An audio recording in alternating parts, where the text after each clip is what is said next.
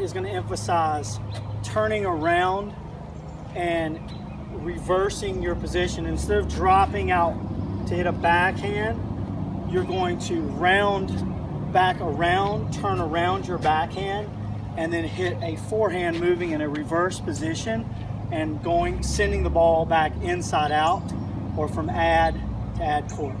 So I'm going to demonstrate a little bit more efficient footwork, because again, you're trying to emphasize quality over speed. Yes, you want to be speedy in this action, but the better quality your footwork, the better you're going to be able to get in the best position possible to receive the ball and pull off the shot that you like to pull off. So we'll go through this.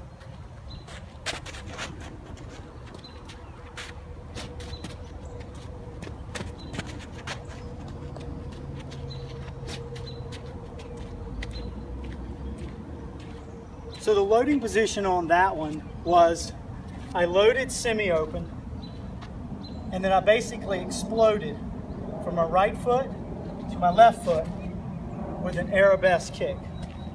Okay, arabesque kick, there it is.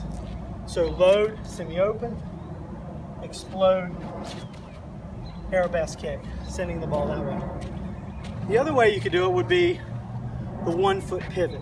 So we'll try that.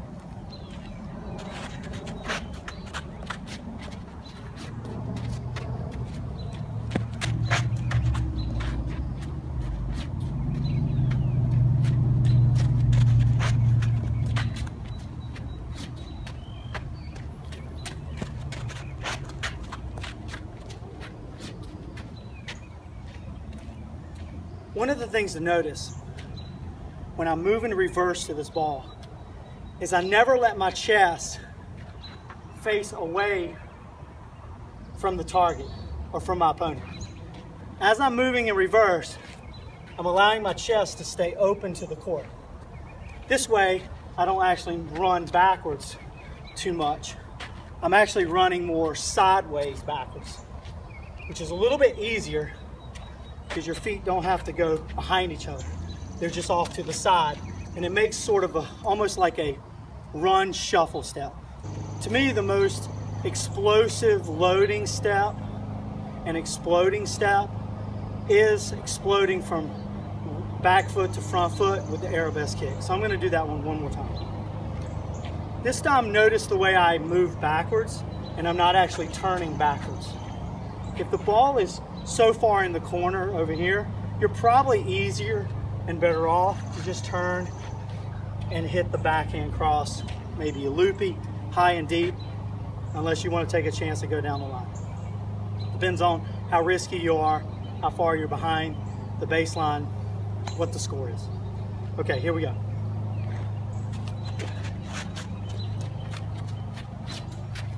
That's the 1 foot pivot.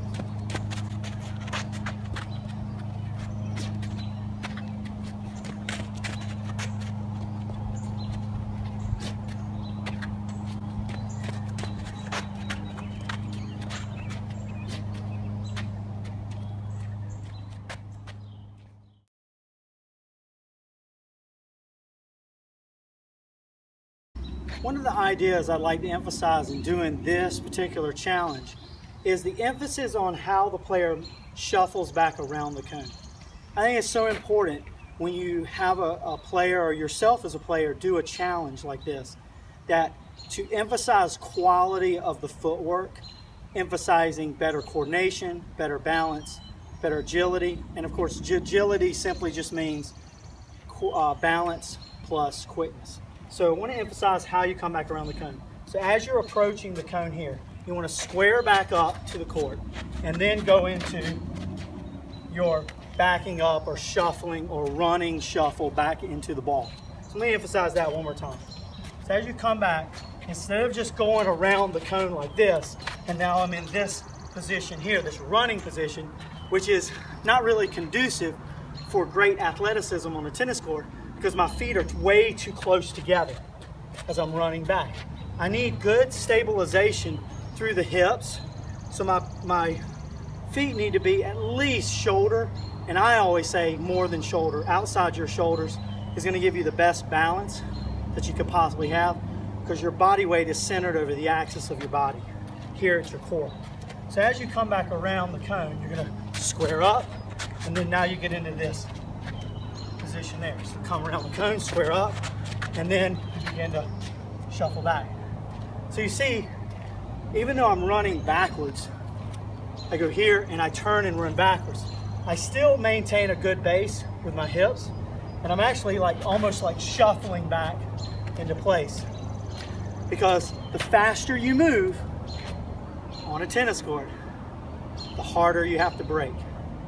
And so you have to find a balance between how fast can I go as a player and how fast can I break under tremendous force and torque and still maintain enough collection in my balance to load and then pull off the shot. Otherwise, you might be late to the next shot.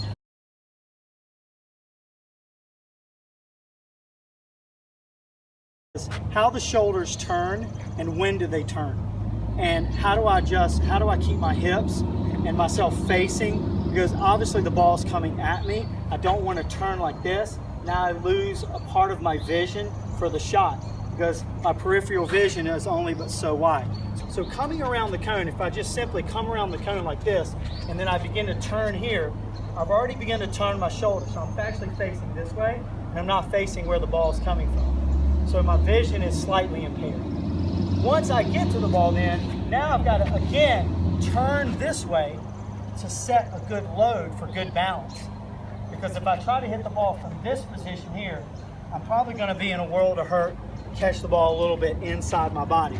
And I want to create lots of space for this ball because I need to generate a lot of torque and getting it going back in the opposite direction, because I'm moving in the opposite direction that I want to project the ball.